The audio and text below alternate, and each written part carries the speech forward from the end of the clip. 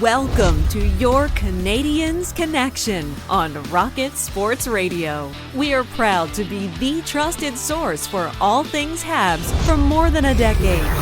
This is the Canadiens Connection Podcast.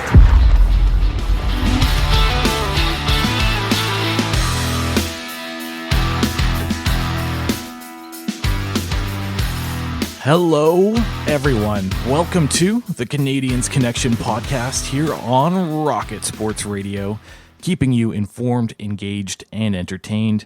My name is Michael Spinella, and I'll be your host for the next hour.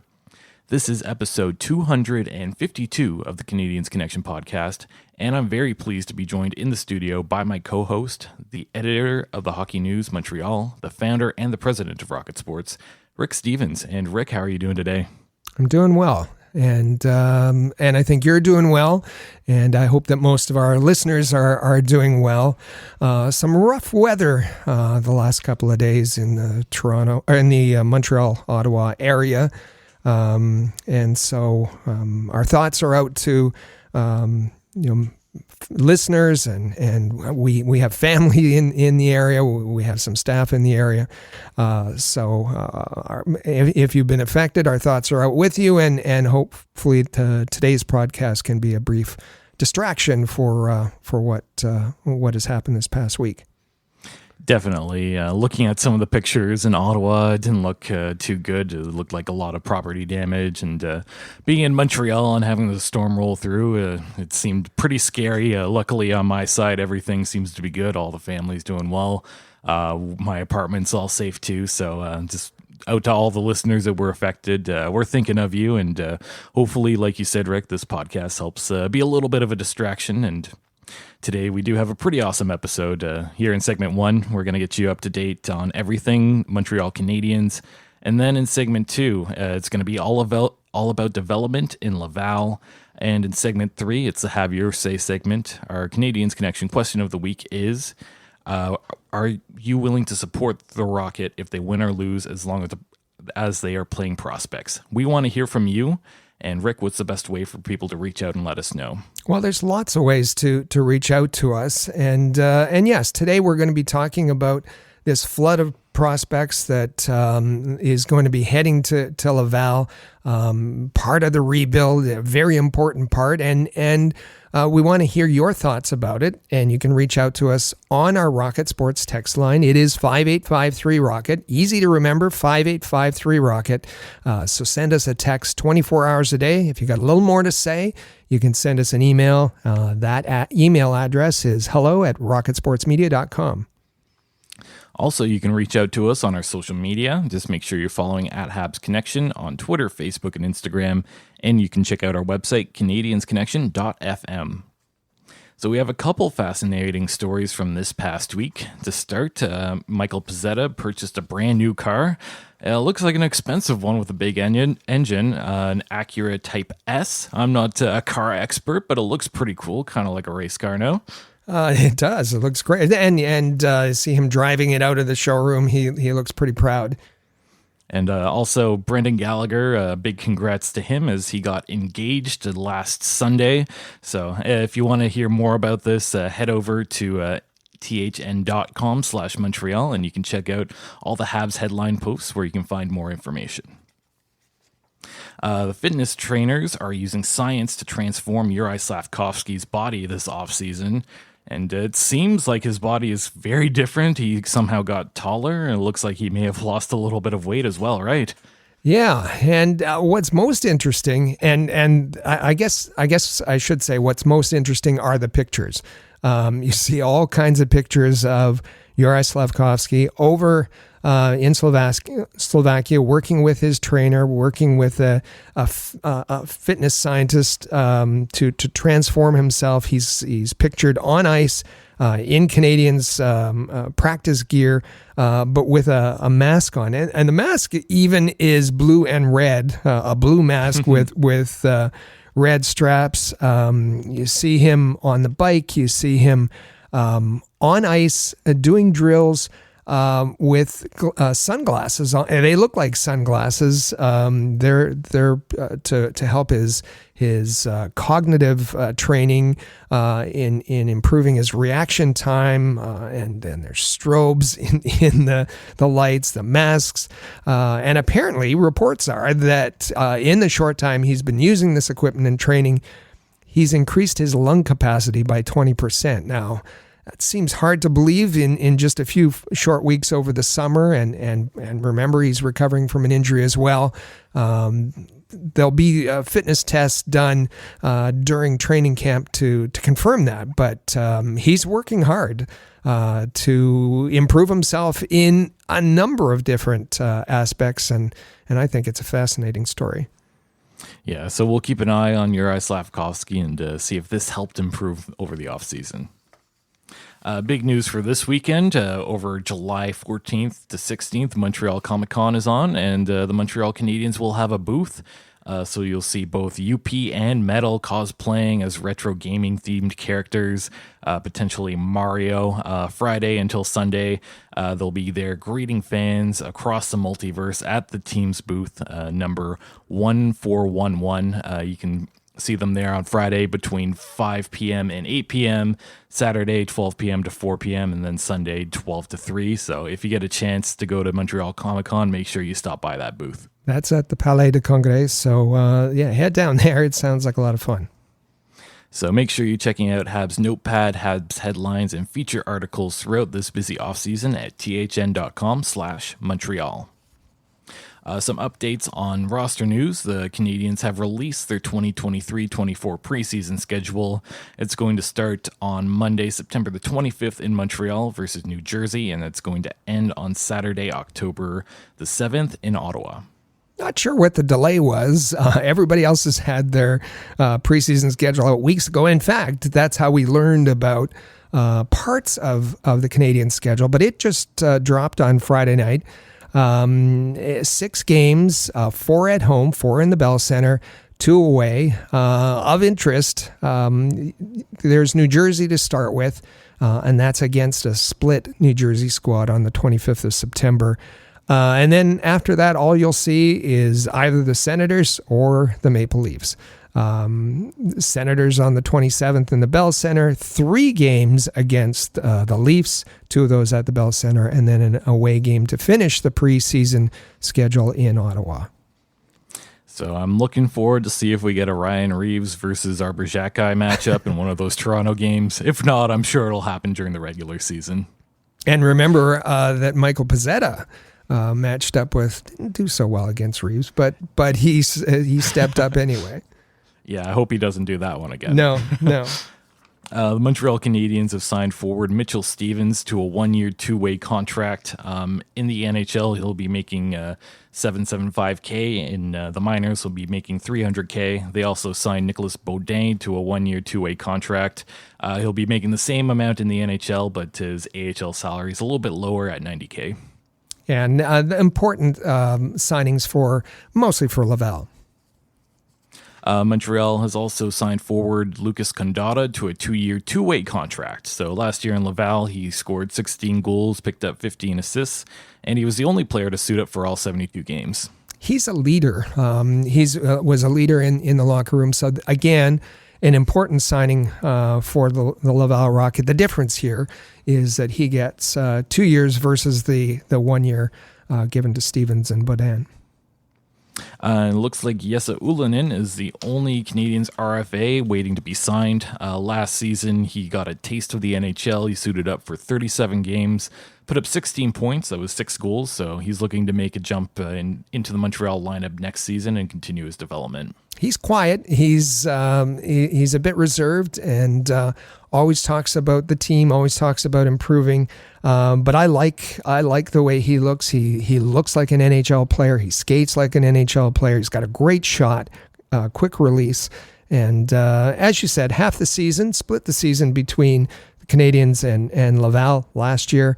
And hopefully he gets a little more involved in the Canadiens coming up for the upcoming season. And the big signing this past week, the Montreal Canadiens signed forward Alex Newhook to a 4-year contract worth $11.6 million.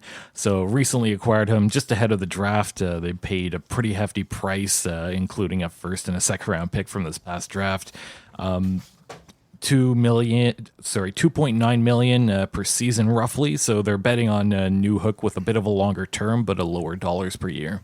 Interesting that less dollars than, say, a Kirby Dach, and I know a lot of people put them in the same kind of category because they're both kind of reclamation projects. Newhook certainly.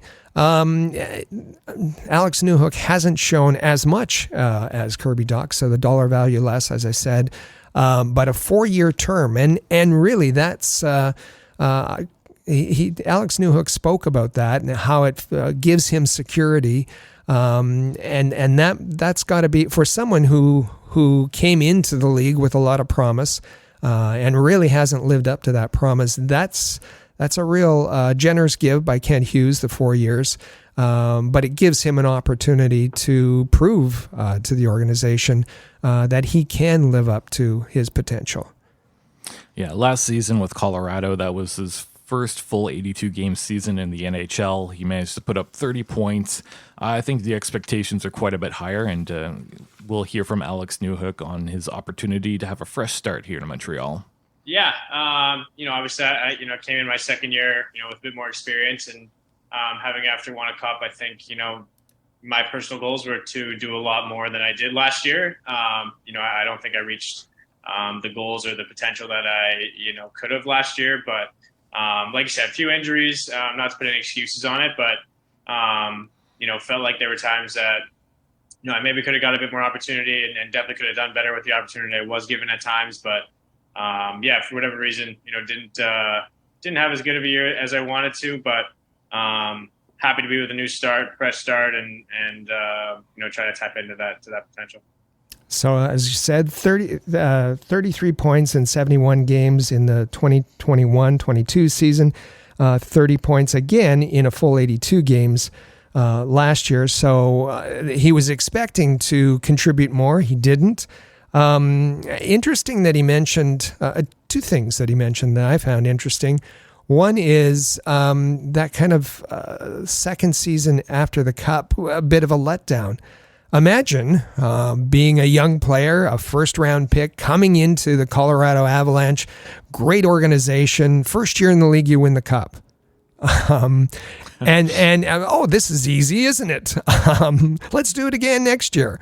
And maybe effort was an issue there, and working as hard. He talks about a lack of opportunity. We're going to get to that, but it's a recurring theme throughout this press conference that he thinks he didn't get quite the opportunity that he would have liked to have had in the Colorado lineup. And one of those things that comes along with getting a fresh start is we have to ask Alex Newhook what his personal goals are going into next season. Personal goals just want to come in and be able to play and kind of come in with a different opportunity and try to make the most of it from the start and kind of carry that on throughout the year and try to make this team better, try and get this team to where we want to be in the next few years. And that's really it for my goals this year. Do more with more opportunity. He mentions opportunity again. To be fair to the Colorado organization, and having a view into what he did last year, and I talked to a couple of the folks that cover him on a regular basis, and they did say that he was given a lot of opportunity. Especially Colorado was ravaged by injuries, and during those times he was moved up the lineup, given plenty of opportunity, and did not deliver.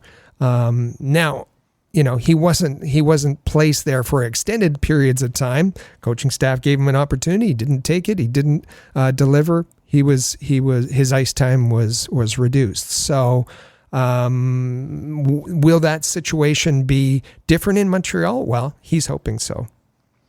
And I guess speaking of all the injuries that Colorado had last season, there was a couple of games at least where they had Charles Hudon on their first line. So if that gives you an indication as to how many injuries they had and how wide open that lineup was, Alex Newhook, he's expecting to get a bit of a longer leash here in Montreal, though. It's definitely nice hearing a coach that says he wants you to, play your game, wants you to, not be afraid to make mistakes and have that kind of approach. I think it's a little different being on a team that's, at the top of their division all year and fighting to win conferences, ever since I've been in Colorado. And I think the margin for error is a little smaller, but I think having a bit more of that leash and that trust, I think is a big thing as well. And I think that's something that Marty has said that, that they're going to try and instill in me as well. And I think that's the biggest thing is having that trust kind of both ways. And like you said, I think it's exciting to be able to come in and know that they want you to play your game and use your assets. So I think that's fair. I think that he'll be given a longer leash. If he doesn't perform right away, he'll probably be, sent right back out there again and given, more ice time than he would have in Colorado. And the Canadiens are obviously at different ends of the spectrum currently. So mistakes and not only mistakes, but not performing, will earn you a seat on the bench quicker with the Avs than with the Canadiens. I think all of that's fair. But at some point, you got to perform. And so we're going to need to see Alex Newhook take at least half of the responsibility and the accountability for his lack of production in the past. Yeah, absolutely. And Colorado is a team that has been a cup contender. Obviously, they won a cup not too long ago, so they're maybe not having as much room for a younger player to grow and develop. But I'm sure here in Montreal, he'll have a much bigger role. Yeah, I think that there were times during the year, I think even when guys were injured and our lineup was a little decimated, that I still kind of, thought I deserved to get a bit bigger of a role during that time. I think that, some of the games that maybe I didn't fill that role as good as I could, but I think other games that I fit in pretty well there and did well up the lineup and, felt a lot better playing 17, 18 minutes a night and felt that I was more involved in the game, felt that I had more of an impact. But yeah, it was there was definitely short spurts of it and then kind of being juggled around that way when, you're playing a lot and then playing not a lot, it can be challenging. And but definitely something I've learned from and definitely to, bring it with me. So I think we have to be reminded he's still a young player. So the Avalanche were making decisions for the best of the team, for the best of the on-ice performance, and it appears he didn't take too well to getting these opportunities with lots of ice time, and then when not performing, being shut down. I guess to really explore this, we got to talk about what he brings to the ice, and it's speed. It's speed, and I think the other part of his game is vision. He sees the ice well. He's a good puck distributor, a playmaker, and he uses his speed well. What he doesn't do well is two things. He doesn't have a physical game, and he's not, for someone with all that speed and can get to the opposition zone quickly. You don't see him on a lot of retrievals unless he's unchallenged. He doesn't win a lot of battles. When the puck's being cycled or when he's forechecking, that's a problem. And he easily gets bumped and moved off the puck, whether that's in the front of the net, which kind of takes away from him playing at the center position. And he again, using his speed, he can be good getting back in the defensive zone. But the other part, he first round pick. We said right there with Cole Caulfield, what's missing from his game is a lot of skill. He's not for a first round pick, he's not a tremendously skilled player. He has a pretty weak shot, and doesn't have that hand skill that you might expect. It's all about the skating. It's all about the vision for Alex Newhook, and in the Colorado lineup, that wasn't enough to stay up in the lineup. Now, Marty St. Louis is challenged again with another project, and I guess the expectations are high because Marty was able to wave his magic wand and cure Kirby Dach. He was able to wave this magic wand and cure Cole Caulfield. But it isn't a magic wand. There isn't a potion. Marty has connected with players and improved players like Caulfield, like Dach, like Harvey Pinard. But he's also, on the other side, he hasn't had any success with Yoel Armia or Mike Hoffman. Josh Anderson is exactly the same player, inconsistent as anything. Dvorak, nothing. Rem Pitlick, who Marty said he loved Rem Pitlick, that nothing has changed there. And we remember last year, Marty said, I'm going to revamp, I'm going to reform, I'm going to change Brendan Gallagher's game. And nothing really happened there either. So this isn't automatic. This isn't, a guarantee. It's going to take some work and some effort and some responsibility and accountability by Newhook to add other things to his tool belt to be able to be an effective player. Not only when the Canadiens are near the bottom of the standings, but when they get up to, in a few years, into that range where Colorado is now, and be a perennial cup contender, that's where we want to see Newhook's game. Yeah, and genuinely, I am excited to see what Alex Newhook can do in a new situation. I think the talent is still kind of there, and from what you said, he's got the vision, he's got the skating. I mean, if you put him and Juraj Slafkovsky together, do you not have the perfect player? Slafkovsky's got the stick and the shot and the size. But anyways, I think that Alex Newhook, he's got a good opportunity here. It's a lot of it's going to be dependent on how much work he's willing to put into this situation. No, you're absolutely right, and that's the first thing you think of is how can you. Where is he fit best? I like this being paired with Slafkovsky. I also like him paired with Suzuki and Caulfield. Does he have necessarily the talent of a first line player? I'm not sure, but speed can certainly help that line. Speed can help make up for their defensive liabilities. I think there's a number of combinations here that might help Alex Newhook achieve his potential. Absolutely. And I think on that note, it's a good time to get to our Habs prospect report. This edition of the Rocket Report is brought to you by AHL.Report, your premier source for the Laval Rocket, the AHL affiliate of the Montreal Canadiens. AHL.Report is a proud member of the Rocket Sports Media Network. Laval made a couple of signings. They signed forwards Gabriel Bourque and Alex-Olivier Voyer to 1 year, one-way AHL contracts. Voyer had 23 goals, 20 assists in 48 games with the Maine Mariners of the ECHL. Gabriel Bourque is a 32-year-old winger who I'm sure a lot of our listeners are quite familiar with.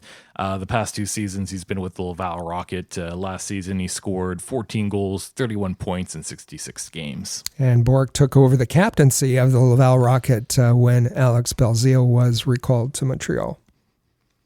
Laval has released their 2023-24 regular season schedule. It's going to start on October the 13th versus Abbotsford.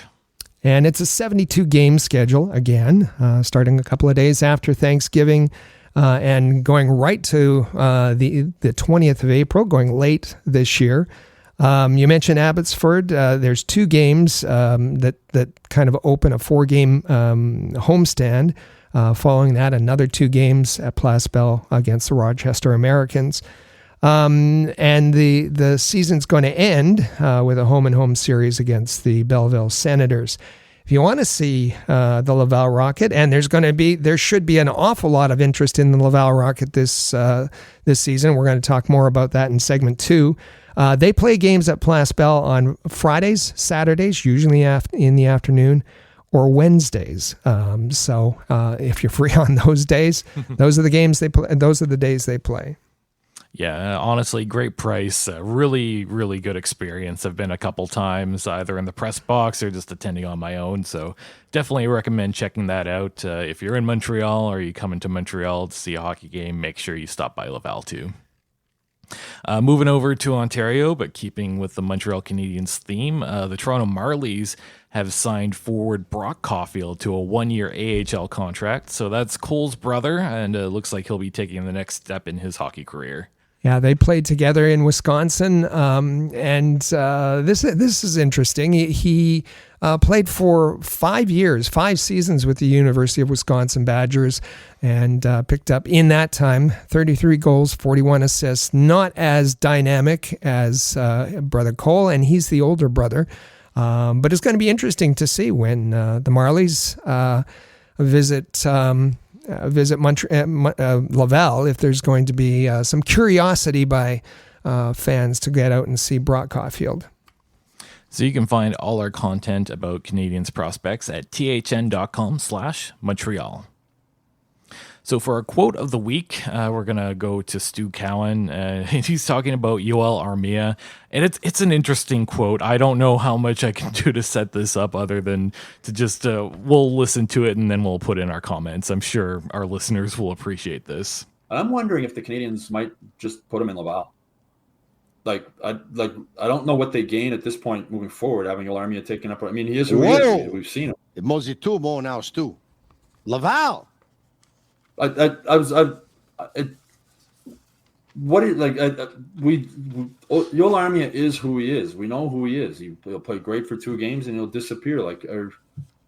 I think not to start the season, but I mean, let's say Owen Beck goes down to Laval and he's lighting it up and he's playing really great, do you not want to bring him up and put him in this environment to play with young guys where you can make mistakes and learn and develop? Yoel Armia is not part of the future of this rebuild. No, obviously not. Yeah. Obviously not. Armia, so the ice time you're giving him moving forward, with 2 more years left on his contract, is ice time that you're taking away. That's hurting your rebuild, is what it's doing, because he's not gonna. It's not like they're gonna re-sign him when this contract is up. Boy, there's a lot in there. Stu Cowan from the Montreal Gazette, a guest on Tony Marinaro podcast. You heard Tony's reaction. He was astonished. And which made Stu a bit tongue-tied. He had a difficult time forming his thoughts and continuing his words. But I'm sure there's a segment of our listeners out there saying, "Yeah, let's send Armia to Laval. Let's send Mike Hoffman to Laval. Let's send, go down the list." I just wonder where Stu was when Jonathan Drouin was scoring 1 goal a calendar year. But he doesn't mention being subject to waivers there and the fact that another team might pick them up. And again, our listeners might say, great. I just think that, and there's a couple of things here. There's no one, when he's playing like he can play. The Canadiens don't have many players who can play the cycle game on the boards, the possession type game that he can play, being physical, the retrievals. They don't have a player right now in that mold. And so, why isn't this another project for the miracle worker rather than sending him to Laval? But sending him to Laval isn't that easy. As I said, subject to waivers. The next line, again, and with all due respect to our Montreal media colleagues, you might want to stay in your lane, because When just a side story here. Remember when Cole Caulfield got sent down to Laval for a couple of games? That was many of the Montreal reporters. They were looking around the building. Oh, this is the first time I've been to Laval. Isn't this a nice building? Place Belle is beautiful. Oh, look at this. They don't pay attention to Laval. They don't go to Laval. We're there every game, our staff. And Stu says, well, it's easy. Owen Beck, he'll be in Laval. He'll be piling up the points and just make a swap. Send down Joel Armia and bring up Owen Beck. Except Owen Beck can't play in the AHL this year. He's in the NHL or he's in the OHL. Those are the two options. So this is a couple thumbs for a number of reasons. But just the drama of it all and the reaction by Tony, we thought it was worth making our quotes of the week. Yeah, I mean, you look at the situation Joel Armia is in. Is he still a useful player? Sure. Does he fit what the Montreal Canadiens are going through? Not really. I think this is a player that if Kent Hughes and Jeff Gordon they'll probably try to move him at some point. The contract just doesn't work, and I just don't know where the fit is at this point. If you send him to Laval, I feel like there's just going to be zero chance of being able to trade him for an asset at any point over the course of his contract. So why not try to make him a reclamation project? Why not, let Marty St. Louis wave his magic wand over him? That's what I'll have to say about that, at least. Yeah, and try to can Joel Armia be effective in the playoffs? Absolutely. And for that short period of time, he might be. He might be the kind of player that a team will want to throw some picks at the trade deadline. So, just fascinating. We hear all kinds of things over the summer, all kinds of opinions, and we thought we'd bring this one to you. So we'll take a look around the league for some hockey news. Former Arizona Coyotes forward at this point, Alex Galchenyuk, had his contract terminated by Arizona on Friday. This is just 2 weeks after signing that contract, as Arizona was made aware of an off-ice incident. Yeah, speaking of Colorado, that's where Alex Galchenyuk was last season. Just 11 games in the NHL for the Avalanche. He spent the majority of his season with the Colorado Eagles in the AHL, and was actually he actually had a good. He was a point a game player in the AHL. As you said, went to Arizona. Off ice incident. The details are ugly. We're not going to get into it. This could mean the end of Alex's. It's been an up and down NHL career, and it's a difficult thing to see the kind of meltdown of a player like this, and just a very, very sad story. So coming up, we'll hear our first break, a message from our sponsors, DraftKings. Then it's going to be our big topic segment. Stay with us. This is the Canadiens Connection podcast here on Rocket Sports Radio. New customers, download the DraftKings Sportsbook app and use code THPN. Bet just $5 to score $150 in bonus bets instantly. That's code THPN only at DraftKings Sportsbook. Gambling problem? Call 1-800-GAMBLER. In Massachusetts, call 800-327-5050 or visit gamblinghelplinema.org. In New York, call 877-8-HOPE-NY or text HOPE-NY 467-369. In Kansas, call 1-800-522-4700 on behalf of Boot Hill Casino and Resort, KS. In West Virginia, gambling problem? Call 1-800-GAMBLER or visit www.1800gambler.net. All games regulated by the West Virginia Lottery. Please play responsibly. In partnership with Hollywood Casinos at Charlestown Races. In Connecticut, help is available for problem gambling. Call 888-789-7777 or visit ccpg.org. 21 and over in most eligible states, but age varies by jurisdiction. See DraftKings.com/sportsbook for details and state-specific responsible gambling resources. Bonus bets expire 7 days after issuance. 1 boost per eligible game. Opt-in required. Max bet $50. 10-plus leg requisite for 100% boost. Eligibility, wagering, and deposit restrictions apply. Terms at sportsbook.draftkings.com/baseball terms.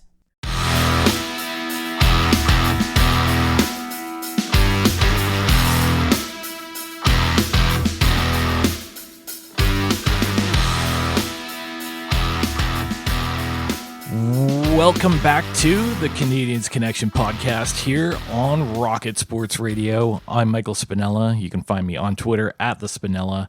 With me in the studio is our president and founder of Rocket Sports, Rick Stevens. You can follow him on Twitter at Rocket Sports. You can also follow at Habs Connection on Twitter, Facebook, and Instagram. Plus, check out the website, CanadiensConnection.fm.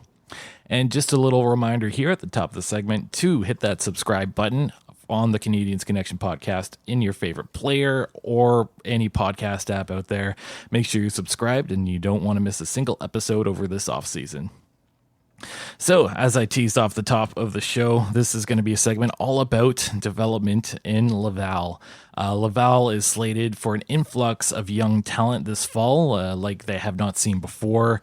With the arrival of top-end prospects, the shift will focus for the AHL team and coaching staff will be required. Future Canadians will be given the opportunity to learn and grow. And patience is going to be key. This is not something that I think we've seen in Laval over the last few seasons. They've been very veteran heavy. They like their Danik Martels. They like their Alex Belziels. They like their Kevin Poulins. And this is going to be a different approach. Will Laval be able to put up with it? And will fans be able to put up with all this development and maybe not so much winning? Yeah, so that's why we're calling this a new mandate for the Laval Rocket developing prospects. Of course, that's one job I think should be the priority for AHL franchises. It hasn't been that way for the Laval Rocket, as you said. You mentioned the kinds of the focus, where the focus has been on veterans, and that matches up with JF Houle's preference. Last year we had Anthony Richard and Gabriel Bourque, who's coming back, and Alex Belzile and Brandon Gignac and Peter Abbandonato. And yes, a good AHL team needs players to veteran players to kind of mentor the younger players, the prospects, the future stars of the organization. However, that's not exactly how those players were used. These players, the players I mentioned, they were the stars of the team. They were the players who were marketed. They were, the homegrown stars that fans should come out and want to see. And their ice time reflected that. They were the players who got all the opportunities on special teams and late in the game, and the players who the coach relied on, the coaching staff relied on, and that's a little bit different, a different kind of emphasis. And it wasn't even just last year. If you go back the previous season, and you mentioned Danik Martel and JSD and Kevin Waugh up front, but the 21-22 season, 2021-22 season, the one that I think of, that defense core, the back end, who they really didn't change all that much through the season. It was Xavier Ouellet, who was the captain, got a ton of ice time, and Louis Belpedio, Toby Bisson, Tori Dello, Corey Schooneman. Didn't leave much opportunity for any of the young players, Johnny Fairbrother or Matthias Norlander, to come in. And the other thing it did, it kind of masked some of the issues. We know that Caden Primo got a lot of praise that season, particularly in the playoffs. And even Jeff Houle said it was the defense core, not so much Primo, but it was the defense core. So that's what's been the case for the last couple years. How do we know? Well, we're there. We're there every game at Place Bell. And that isn't just to cover the Laval Rocket. This has been going on with Rocket Sports since the Hamilton Bulldogs were the AHL affiliate of the Montreal Canadiens, and the St. John's Ice Caps out in St. John's were the affiliate. We had, and we have, a photographer, we have a reporter, we had them in Hamilton, in St. John's, and now in Laval, cover every single game. And we talk about Chris G. We talk about Amy Johnson. We talk about Patrick Williams. We cover the AHL like nobody else does. And so we know what has been going on, and that we haven't seen this emphasis on development for quite some time. And we have to go way back to the years when Sylvain Lefebvre was coaching. And I know that our Canadiens fans and listeners probably critical of Sylvain Lefebvre and the number of playoff appearances that his teams made. Well, that wasn't his mandate.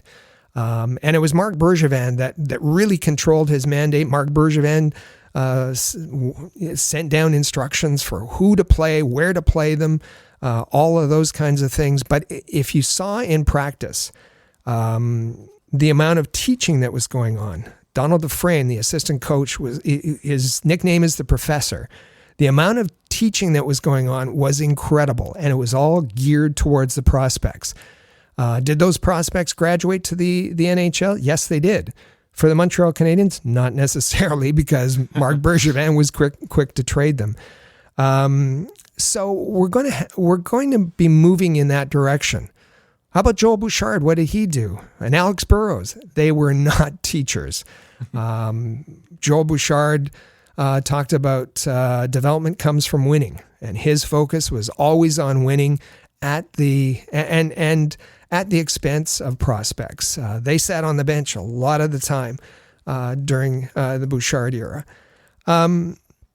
So this is going to be a change. This is going to be a change that fans are going to have to appreciate, and this is going to require a shift in the coaching for J.F. Houle and his group, and I think it's going to be a real challenge for them.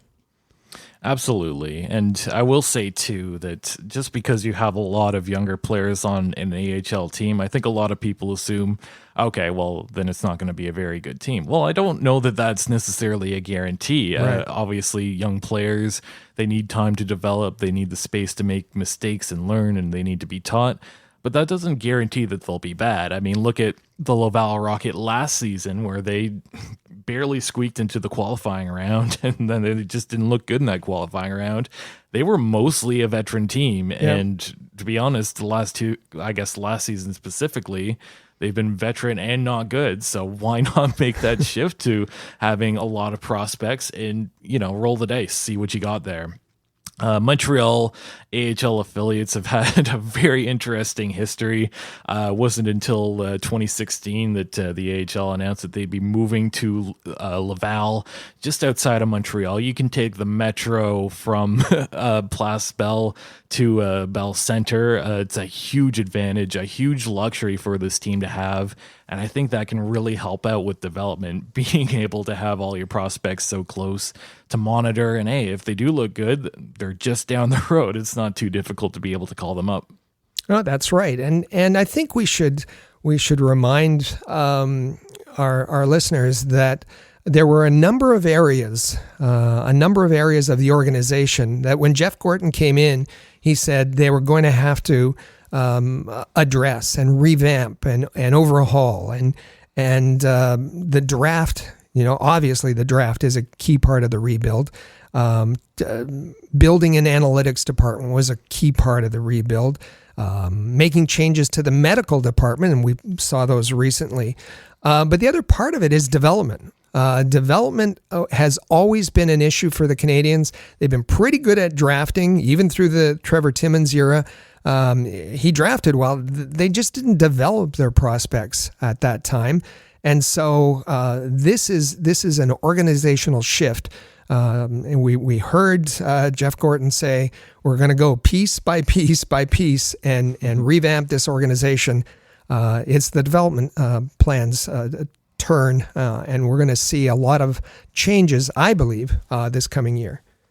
Yeah, exactly. JF Houle, he's been the coach in Laval the past few seasons. I give him credit. I could listen to JF Houle talk hockey all day long. He's a great interview. I know you, Rick, have had the opportunity to talk to him over interviews on the Press Zone podcast. You've had an opportunity to see him face to face, and great hockey mind. But like you said, he has a very specific focus. He likes his veterans. The last two seasons, if we want to go back to the 2021-22 season, the Laval Rockets record, 39 wins. Last season, the 2022-23 season, well, 33 wins. And to be honest, not a great record for either of those teams. I think in 2022, they caught fire in the playoffs. They had a really good blue line, like you discussed, but they kind of rolled back with a lot of the same players the next season, the same group of vets, and just did not look great. So I think that's where a lot of frustration comes from, and the fact that, like I said, you're not winning, you're also not developing prospects, and that's not good. Yeah, I think, you look at the 2021-22 season, a .590 win percentage, which is pretty good.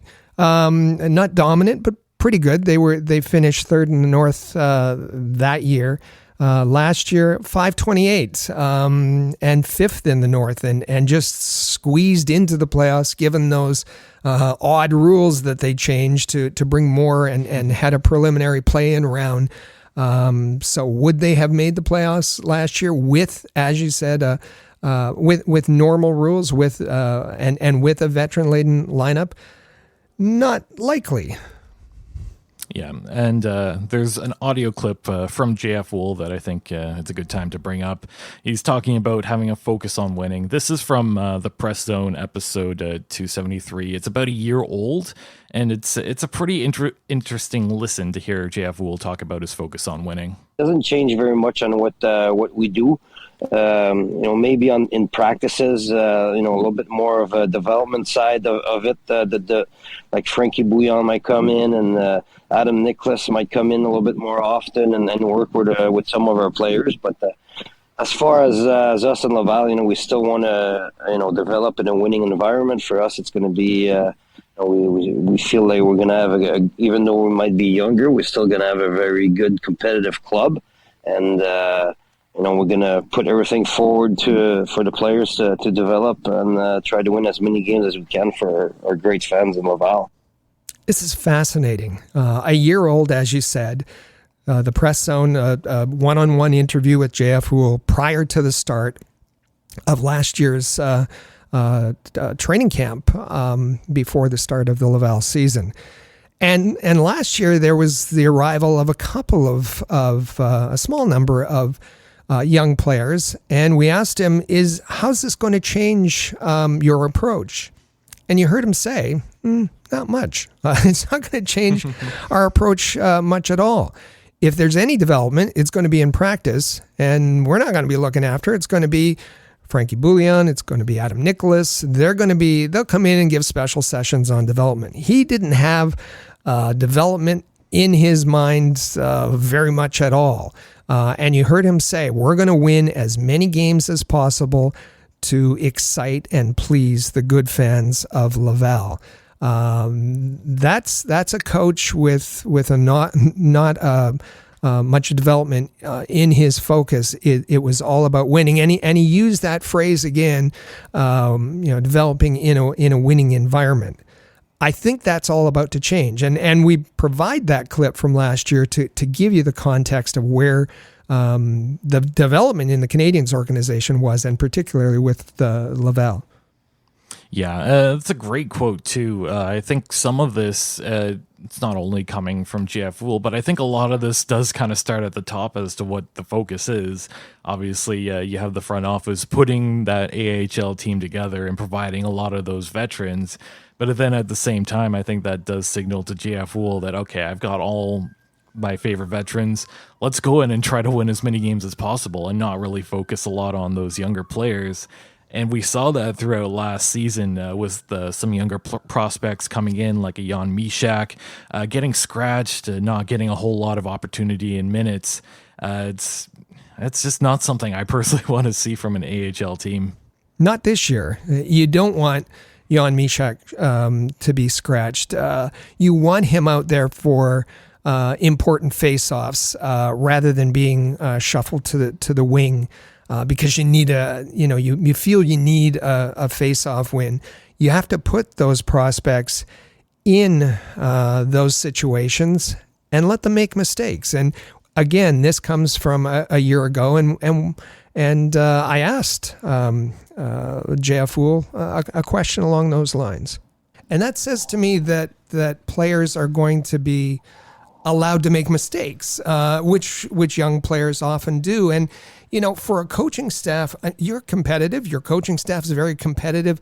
How do you balance that, wanting to win, wanting to be competitive, and yet giving the opportunity for young guys to make mistakes?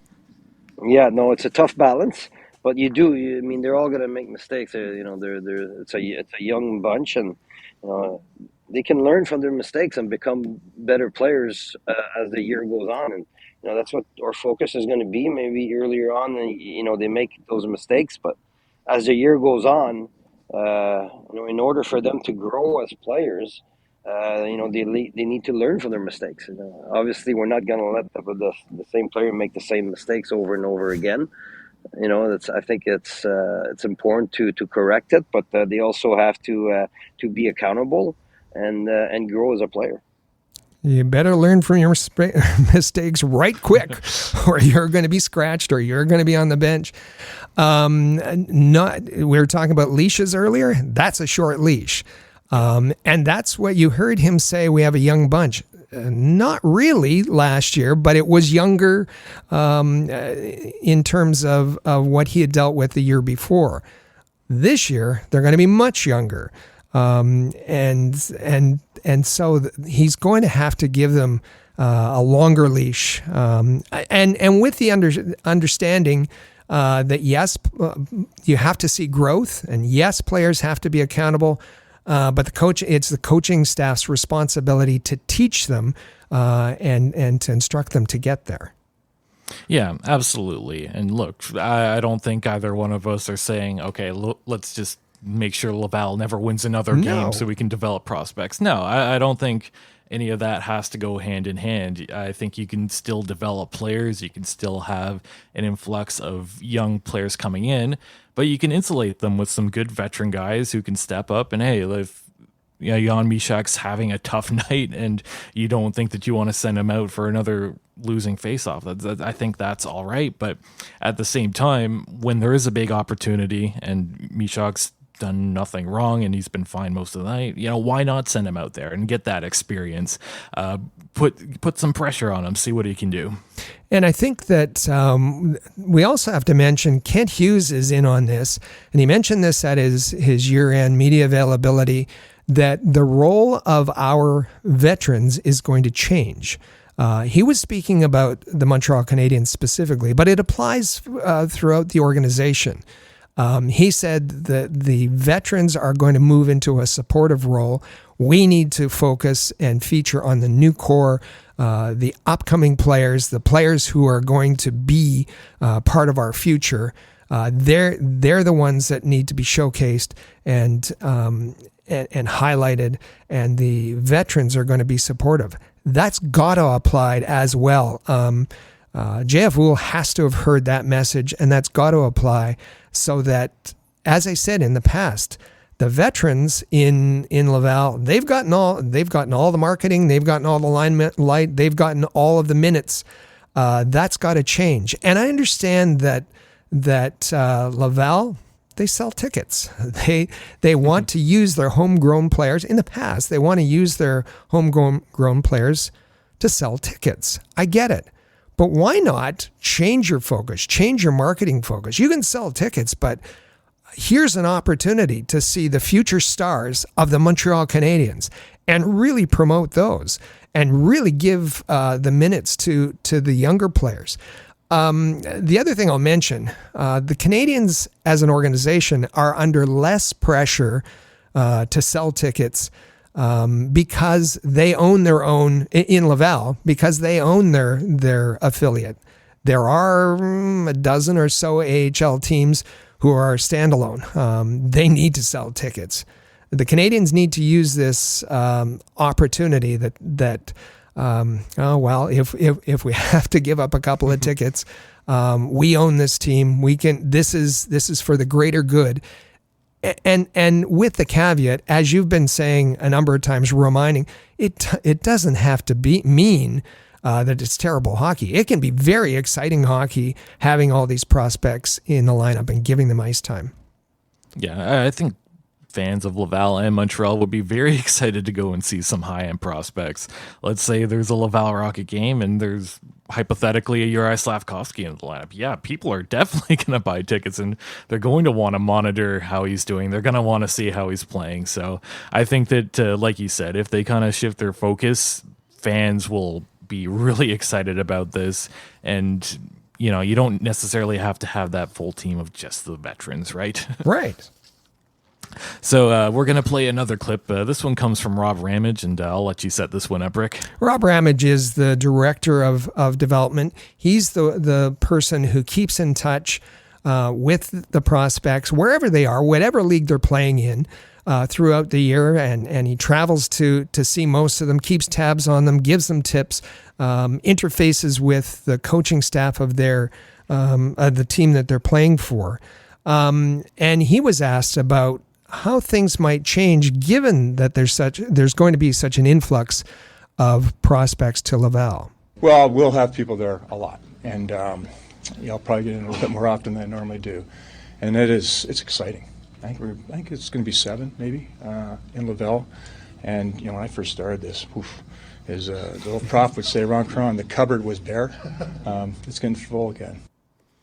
Prospect cupboard is getting full, and a lot of those prospects are they're elsewhere, and that's his focus, where he'll be. But someone like Frankie Bouillon doesn't travel much.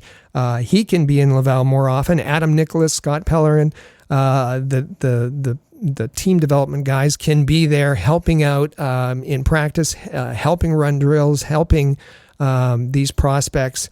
He mentioned that we'll have 7 there. He didn't quantify that, whether it's prospects or rookie prospects. I think he was talking about rookie prospects, and that wouldn't necessarily include a Matthias Norlinder, or even if Ullinen is there, or Harvey Pinard is spending some time there. But would be players like Philippe Machard and Riley Kidney. Logan Mayhew's expected to be there unless he makes the Canadiens lineup. Joshua Waugh, William Trudeau, not a rookie, but he'll be there. Jan Mysak, we've talked about, not a rookie prospect. Jared Davidson, we talked about him with his Memorial Cup run with Seattle. Don't forget about Emil Heineman, and my goodness, let's make a spot in the lineup, in the Canadiens lineup for him at times. Jakob Dobas, there's goaltending prospects as well. Jaden Struble had I thought a pretty impressive few games at the end of the Laval Rocket season. Sean Farrell could be a potent goal scorer for Laval. So there's going to be a lot of players there, and it sounds like, from Rob Ramage's perspective, they're going to be throwing a lot more resources and towards Laval and help out the Laval coaching staff with helping develop these players. Yeah, last season we saw on a couple of occasions an Adam Nicholas go down there and help out a lot of these younger players in practices. I believe he actually ran a few practices in place of JF Wool, but I think JF Wool is the one who's really going to have to change the way he views things, and he's going to have to be the one that changes the way he thinks about it and focus more on that development. We have a few audio clips coming from JF Wool here, and he's going to provide a preview of Laval's season. They're going to be young, but they're still going to be competitive. So to JF, will this season be different? It's a little different when you have that many young guys, but I've always believed that developing in a winning environment is very important. We're going to do our best to make that happen, but the most important thing is to be able to see their progress throughout the year. Like at the beginning of the year, and you guys are going to see it. Everybody's going to see it. It's going to be a struggle. Like I said, as the year goes on, you hope they learn from their mistakes, and that's how they become better. They learn the league. They learn new teammates. They learn the philosophy that we have, and they become better players. So that's part of development, and that's what we intend to do. So developing is not only developing prospects, but developing the coaching staff. They've coached one way the entire time. Their focus has been on winning. He mentioned again about a winning environment. They're going to have to be brought along as well. And yes, separating practices so that Adam Nicholas comes in and runs the thing, and the Laval coaching staff aren't involved. I don't see how that's helpful. I really don't, because it's the coaching staff that has to change their approach too. So they've got to be in on it. And never forget when Kent Hughes, one of his first few press conferences, talked about we want a very flat organizational structure. We don't want silos operating independently. Up until this season, Laval has been a silo. They've been operating independently, more or less, as far as the coaching staff. There's been some limited communication, but we remember when Kent Hughes, that first year, that partial year that he came in, it was Jeff Houle that said, no, we haven't heard from him at all. We figure he's been too busy. We've just done our own thing here. Maybe less so last year, and it's going to have to evolve much, much further this year. His overall quote was, yes, we are going to be young but very competitive. You mentioned in that audio clip, we heard him say, but we're going to struggle. So he assumes that prospects mean struggling. A little bit counter to what you're saying there, Michael. Let's hope it's not the case. But if it is the case, the solution is more teaching, not more veterans. Yeah, I think the part of that clip that stood out to me is developing in a winning environment. I don't think that that's a bad way to look at it. I know a lot of AHL teams certainly take that approach. You look over at Ottawa's AHL affiliate, the Belleville Senators. The past few seasons, it just seems like Ottawa's done anything and everything they can to try and get that team a championship. Insulating the young guys hasn't quite worked out through injuries, but if you can take that approach in that winning is a great experience, you want to win, but also you have to develop your guys. That's kind of along the lines of what I think should be happening. Yeah. So another quote from Jeff Houle and talking about opportunities to learn. It's an opportunity for them to gain some leadership, to gain a lot of ice time, and that's what we intend to do. We intend to put those guys in situations that they need to learn, like last minute of play, a big face-off. We're probably going to see a young guy this year taking that face-off. Same thing with, on power play. You might see some different people on there that need to produce in order to, that's part of their game. If they want to play in the NHL, they got to produce in the American Hockey League. So we're going to try to put them in that situation.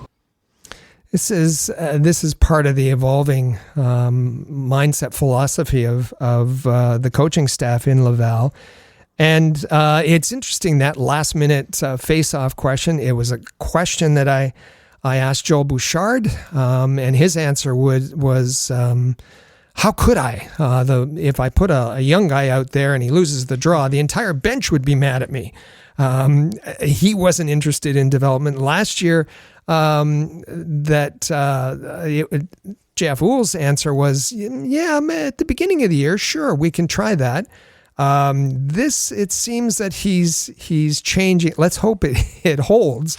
But he said, you're going to see, you may see a young player out there taking a draw at the end of the game. They have to be put in those experiences so that they can grow. Special teams, whether it's power play or learning a penalty kill skill, they need extra skills to their tool belt if they're going to earn ice time at the NHL level. And the other thing I liked, he said, they need to gain leadership. And that goes against, again, the last 2 years where the leadership has been Xavier Ouellet and Alex Belzile and Gabriel Bourque. the leader, learning to be leaders and learning to be future leaders of the Canadiens, you got to put the pressure on those young players for them to be able to gain those leadership experiences. Yeah, absolutely. And I really like that point. And I think some of this comes down to getting the right veteran guys to insulate young players with. We'll see what's happening this season. It looks like they're changing things around a little bit, bringing in some players that have some experience in the ECHL and the KHL and whatnot. We'll see if those might be the right guys. And we have one more quote coming from Jeff Houle here, and he's talking about not just on ice development. It's not just talk. It's not just on ice. It's off the ice too. Like getting up in the morning, eating the right food, showing up for practice, go on the ice before practice, stay after practice. So it's not just like watching the game. There's a lot of things that surround players. That's part of development, and that's why we're there to, put the players in the right direction. They have to set the path, and that's on ice, absolutely. But there's also off ice habits to teach, as far as maintaining nutrition, getting sleep, getting into a proper schedule, getting to the rink early, staying late, working hard. It's tough to make the NHL, and what he has to do, and the coaching staff have to do, is teach each of them how to be a pro. Yeah, exactly. And putting in those good habits. We know the coaches always love those hard workers. Well, when you're a prospect and you're in the AHL trying to make a name for yourself, I think it's never a bad thing to put in all that extra work off the ice as well. Super, super important. So I really do like that view from Jeff Houle. And we'll see if we get anyone else from the development staff down there to help some of the prospects with these things as well. So we tried to give you a bit of context here about what has gone on in the past, and specifically with respect to this coaching staff. But they obviously, we hear changes in the way that JF Houle is speaking about development. So they obviously have a new mandate, as we're calling it, to develop prospects in Laval, and that's something that's been necessary, that's been needed, and it's a really crucial part of this rebuild of the Montreal Canadiens. Yeah, I think it's going to have to be a long play here. If we get to the midpoint of the season and the Laval Rocket are in a playoff position, I don't want to be hearing from anyone that the time for development is over. I think you got to commit to it, and that is something we did hear from JF Houle not too long ago, right? You're absolutely right. He said development time is over. We're pushing for the playoffs. We have to rely on our veterans. I hope that someone's had a chat with him about that. Absolutely. So I think, like I kind of pointed out briefly too, some of this does start from the top, and it does seem like a lot of directives are coming from that front office as to what direction they want this team to go in. We'll see if they can follow through. And like I said, it's going to have to be a full season thing. It's going to have to be season after season. If you can get this team in a position where it's a winning culture and they're developing prospects, you're golden. And a lot of that's going to fall down to JF Houle on what he can do. Absolutely. So before we take our final break here, we have our Canadiens Connection question of the week coming up in the third segment. And we ask our listeners, will you support the Laval Rocket, win or lose, as long as they're playing their prospects? We want to hear from you, and you just heard all of our thoughts on everything going on. We provided that basis for you.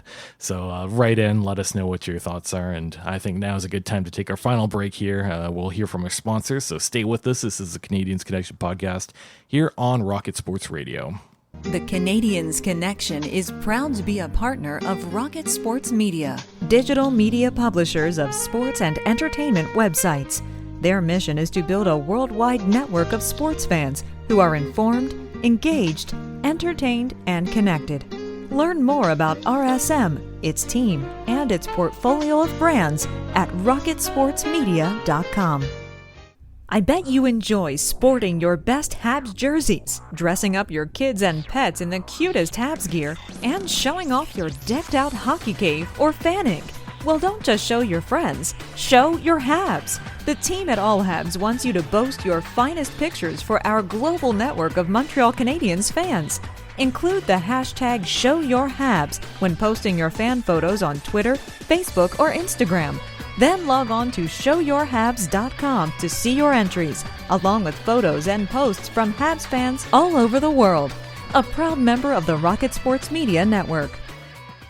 If you're a business owner looking for the perfect platform to reach a targeted audience of customers, Rocket Sports Media is the solution. Our global hockey community provides unmatched social media reach to an attentive demographic of sports and entertainment fans. We can provide visibility to your company, helping you to engage and leverage this prime group of potential clientele. In addition, we also offer sponsorship opportunities for fan events and featured areas of website content, giving you name and logo recognition. Visit rocketsportsmedia.com to contact us regarding this unique marketing opportunity.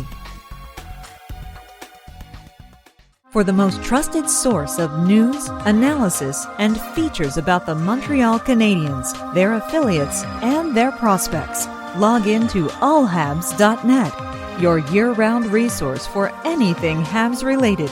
That's allhabs.net.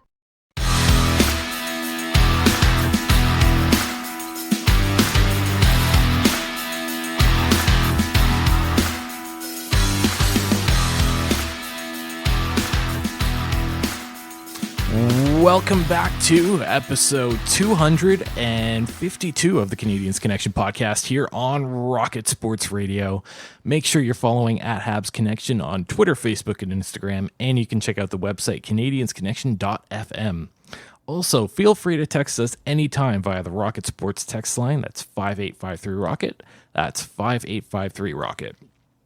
And it was a really fun segment that we just did there, Rick, talking about the development going on in Laval and what we can expect up to next season. And leading up to next season, I think we have a lot of really good content to help prepare all our listeners. Absolutely. And this year, you may have not heard the news that we've moved to the hockey news. The hockey news, you can find all of our coverage there, all the coverage, one place, thn.com/Montreal.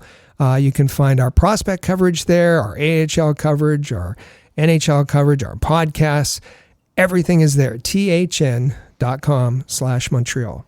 So having it all in one place, making it nice and easy for all our readers and listeners, and joining the hockey news. Honestly, great brand. Very excited that we're a part of this, and looking forward to continuing to provide great coverage of the Montreal Canadiens throughout the offseason and next season and years going forward.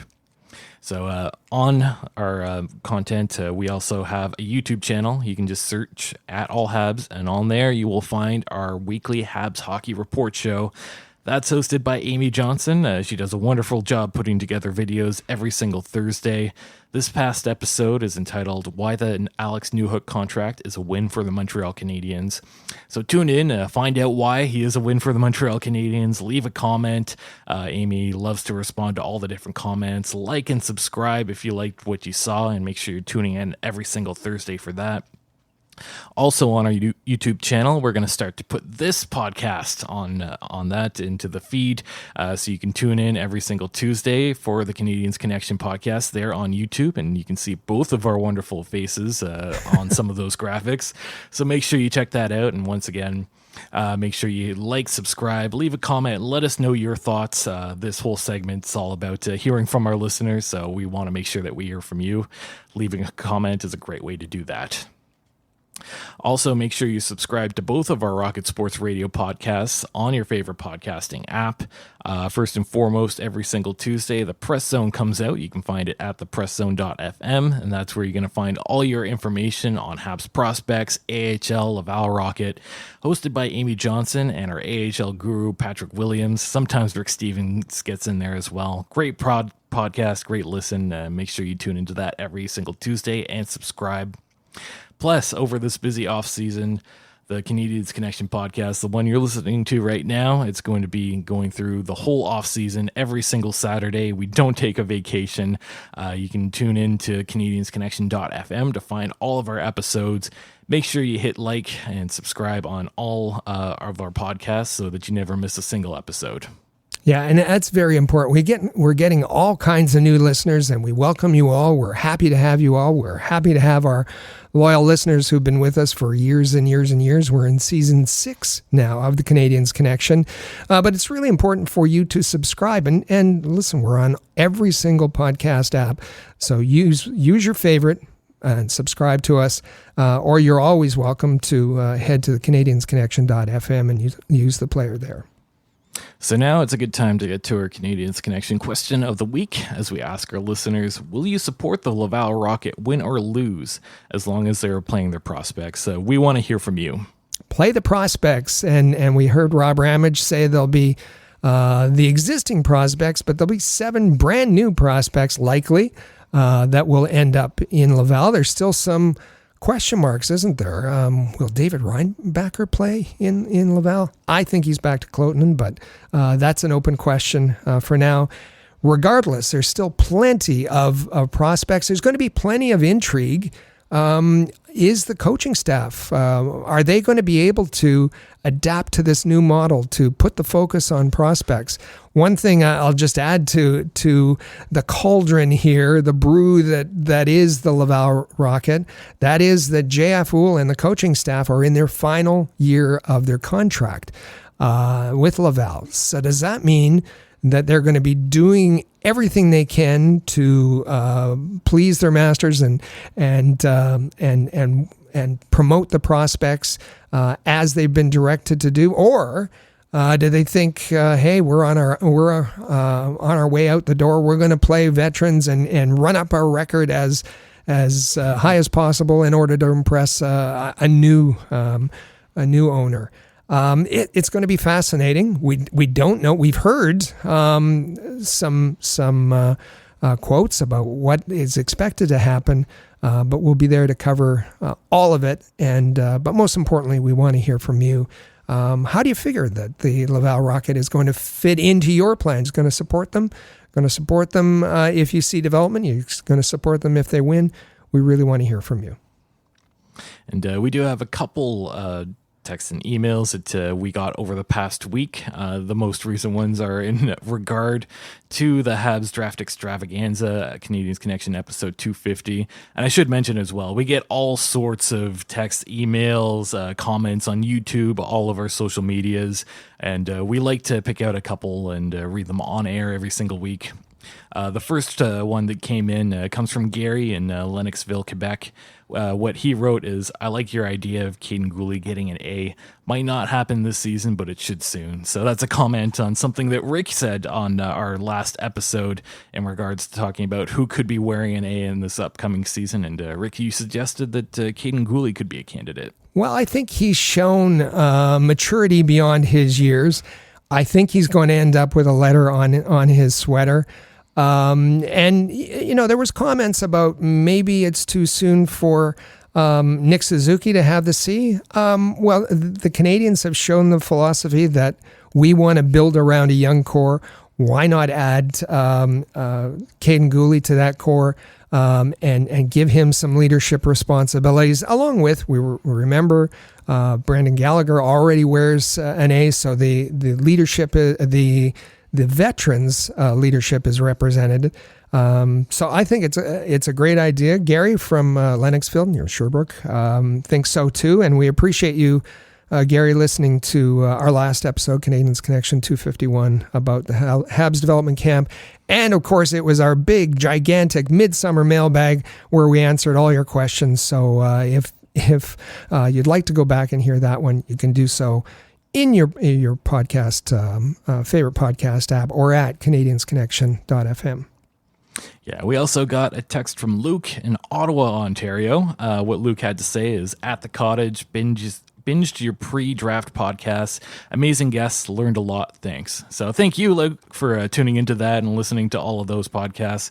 We do our best and we work really hard leading up to the draft. I know you, Rick, Amy Johnson, Chris G, Patrick Williams, the whole crew puts a lot of effort into putting in pre-draft content to prepare all of our listeners with great information on all the various prospects available. And thank you, Luke, for binge listening to all of those after the draft too. It's very interesting to go back and hear some of those interviews that we had. For sure. Draft's over, but those podcasts are still relevant in that we had draft experts in to talk about each of the prospects who are at the top of the draft and who were in that area where the Canadiens might pick. So if you want to learn about David Reinbacher, you can listen to Sam Cosentino talk about that and some of our other guests. Or if you want to hear about the choices that the Canadiens had and hear about the others, things might be put into some sort of sense for you as you go through and listen to those podcasts of the past. So thank you to everybody that reached out to us week after you listen to the podcast. And if you want a chance at hearing one of your comments or questions on the air, just make sure you leave your first name and where you're from. That way we know who we're talking to. And I'll just reiterate our Rocket Sports text line. It's 5853-ROCKET. And Rick, what's the email that people can reach out to us? The email is hello@rocketsportsmedia.com. So if you have something a little bit longer to say, you might want to try out an email. But any way you want to reach out to us, we really appreciate it. So a couple things to look out for this coming week for Montreal Canadiens fans. Watch for the signing of RFA Jesse Ylönen. He's the last remaining RFA that Montreal has yet to sign. So we're hoping that gets done pretty soon. And also, the Just for Laughs Festival is underway in Montreal. It's going over this week and next week. So plenty of awesome things happening. It's festival season in Montreal, and hope you have a nice full wallet to be able to go and attend all of them. That's right. So that's going to be a wrap for us today. Thank you all for listening. Make sure you subscribe to the Canadiens Connection podcast in the player or on any of your favorite podcast app.